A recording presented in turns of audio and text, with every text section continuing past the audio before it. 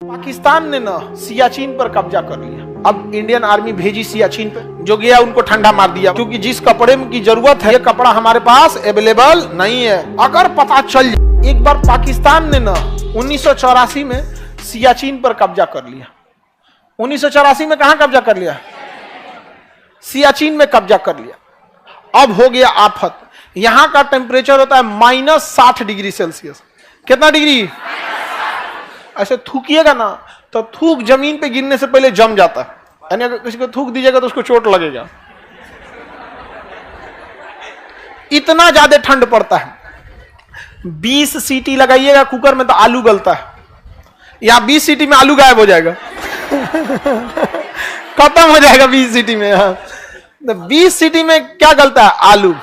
वहां पानी होता ही नहीं है, खौलाना पड़ता है पानी के लिए। यहाँ पे इतना ठंड में कोई लड़ाई कैसे लड़ेगा? और उसमें पूरी क्या होती है? बर्फ जमी रहती है। अब -60 डिग्री सेल्सियस। अब पाकिस्तानिया जाके वहां कब्जा कर लिया। हम लोग को पता कैसे चला? पता है, कुछ पर्वतारोही आए थे सब भारत में चढ़ने के लिए पहाड़ के, तो उनके पास कुछ नक्शा था, तो उन्होंने कहा कि अभी हम पाकिस्तान से भी परमिशन लेके आए हैं, उन्होंने भी हमें परमिशन दे दिया है सियाचिन पे चढ़ने के लिए। तो इंडियन आर्मी कही गिरी चोटा कहीं कहा, सियाचिन पे चढ़ने के लिए परमिशन तुम पाकिस्तान से लाया है? तो भारतीय सेना जो थी समझदार थी, रिएक्ट नहीं की। समझदार आदमी रिएक्ट नहीं करता, देखिएगा ना, जो समझदार रहेगा ना उसके काम लायक चीज रहेगा तो उसमें सबसे कम रिएक्ट करेगा, ताकि आपको आभास ना होने दे। अच्छा कहा ठीक है, पाकिस्तान से लिए, नक्शा देखा, एगो फोटोकॉपी करा के रख लिया। अब उसको बता देते तो पाकिस्तान में बोलता कि आपका नहीं है, का हो? इंडियन आर्मी पूरी तरह हड़क गई थी।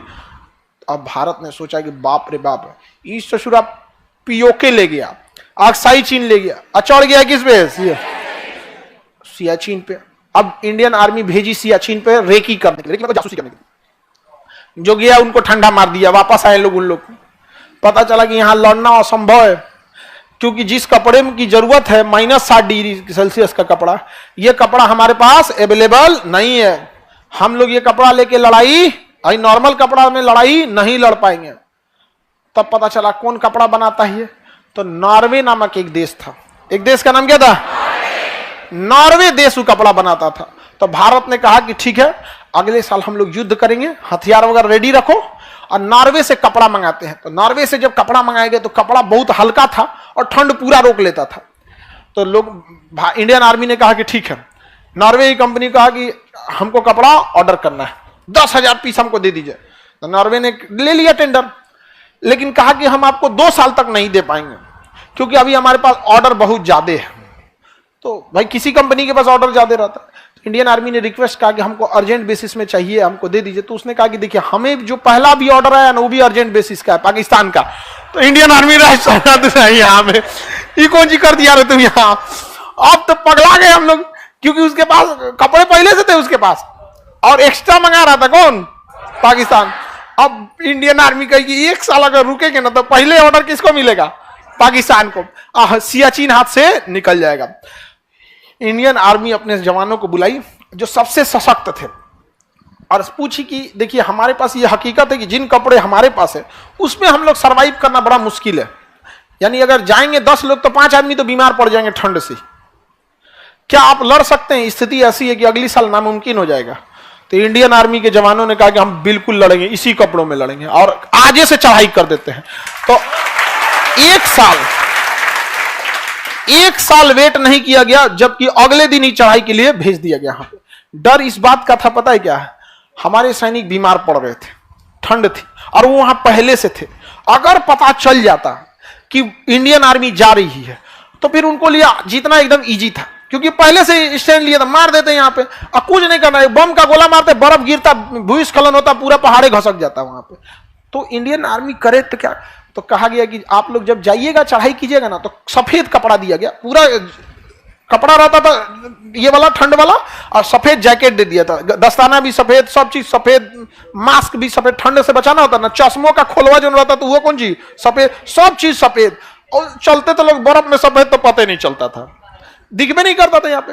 लेकिन उनको सख्त आदेश दिया गया था कि आप रेडियो पे बात नहीं करेंगे, क्योंकि जैसे रेडियो पे बात करेंगे ना उसकी फ्रीक्वेंसी सुनाई देने लगती है। उसकी फ्रीक्वेंसी क्या करती है? सुनाई देती है। क्योंकि अगर आप जैसे अभी कोई वायरलेस पे बात कर रहा होगा ना रेडियो पे, आपके पास भी अगर वायरलेस वाला होगा ना एंटीना, अगर उस फ्रीक्वेंसी पे ले जाएंगे तो आपको भी बत्तियां सुनाई देने लगेगा। कहा कि इसमें मत रहना वरना पाकिस्तानी सुन लेंगे। सोचिए इंडियन आर्मी को कितनी तकलीफ हुई होगी कि उस दुर्गम परिस्थिति में जाना है जहां कपड़े भी उस लायक नहीं है, लड़ाई भी लड़ना है, बीमार पड़ गए तो रेडियो पे भी नहीं बता सकते, समझा कि नहीं। अब जब वहां पहुंचे कारगिल की लड़ाई एकदम सियाचिन पे, तो रास्ते में बहुत सारे लोग बीमार पड़ गए, लेकिन कैसे भी करके टेंट लगाया गया। टेंट लगाने से थोड़ा सा ठंड बच जाता है, हवा वगैरह। टेंट लगा के आराम कर रहे थे लोग। एक सिपाही था जो बाहर संतरी की ड्यूटी कर रहा था, क्योंकि एक आदमी जगता है बाकी सब लोग सोए रहते हैं, और जब वो जगते हैं तो उसको लोग सुला देते हैं। रात 2 बजा ना, तो उसमें एक चुनमुन पांडे था, हाँ चुनुन पांडे, जो संतरी का ड्यूटी कर रहा था। उसको अचानक से दिखाई दिया ना कुछ सैनिक आ रहे हैं। अब करे क्या करे, कुछ सैनिक आ रहे हैं तो देखा कि कुछ सैनिक आ रहे हैं तो सोचा उठाने के लिए, तब तक देखा कि उधर से सैनिक फायरिंग पोजीशन पे हैं। तो इधर से चुनमुन पांडे ने क्या कर दिया, गोली चला दिया। और जब गोली चलाया तो उधर से भी क्या चलने लगी, गोली चलने लगी। गोली चलने लगी तो इसने जो निशाना लगाया था सटीक लगाया था, और इस निशाने से मारा, उधर 3-4 ठो मर गया। और उधर से भी गोली चलने लगी तो गोलीबारी की आवाज सुन के ये लोग जग गए। और तब तक जब देखे लोग तो तब तक इनको गोली लग चुकी थी, शहीद हो चुके थे, और गोली चलाइए रहे थे। तब तक ये लोग उठ के, और जो पाकिस्तानी उधर से आ रहे थे सबको मार के दरदरा के नाच दिया। सब पाकिस्तानी वहां क्या हो गया, सब मर गया सब। अब जब पाकिस्तानी मर गया तो ये लोग को डबल खुशी थी, कपड़वा मिल गया। समझा तो नहीं, ठंडा में कांप रहे थे यहाँ पे, समझ में आ गया कि नहीं। जबकि एक हमारा जवान क्या हो गया, शहीद हो गया। लेकिन सोचिए अगर वो लोग गोली चला देता और शहीद हो जाता तो इन लोग को सोए में आगे गोली मार देता सब।